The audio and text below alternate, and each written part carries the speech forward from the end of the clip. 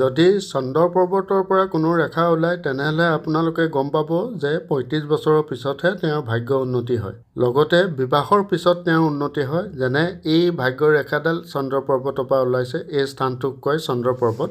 অলপ পলম হ'ব পাৰে, কিন্তু এইটো সাংঘাতিক খাটাং কথা যে ৩৫ৰ পিছতে তেওঁৰ উন্নতি হয়। আৰু হাতখনৰ মুখ্য ৰেখাসমূহো অতি সুন্দৰ হৈ আছে। মই ড্ৰ কৰিছোঁ, আপোনালোকে চাই যাওক। এয়া হৈছে তেওঁৰ জীৱন ৰেখা, যিটো দুভাগত স্প্লিট হৈ গৈছে। এয়া হৈছে মগজ ৰেখা আৰু এয়া হৈছে হৃদয় ৰেখা, যি বৃহস্পতি পৰ্বতত শেষ হৈছে। লগতে চন্দ্ৰ পৰ্বতৰ পৰা ওলোৱা এই ভাগ্য ৰেখাডালে গৈ পেলাই এটা এম চাইন হৈ আছে।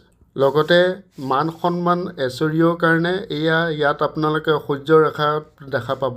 লগতে বুধ পৰ্বত যদি আপোনালোকে দেখা পায়, খুব ধুনীয়া অৱস্থাত আছে। আৰু লগতে এই অনামিকা প্ৰথম অঙনিটোৰ পৰা পাৰ হৈ লগতে জীৱন ৰেখা দুমুখীয়া হোৱাৰ অৰ্থ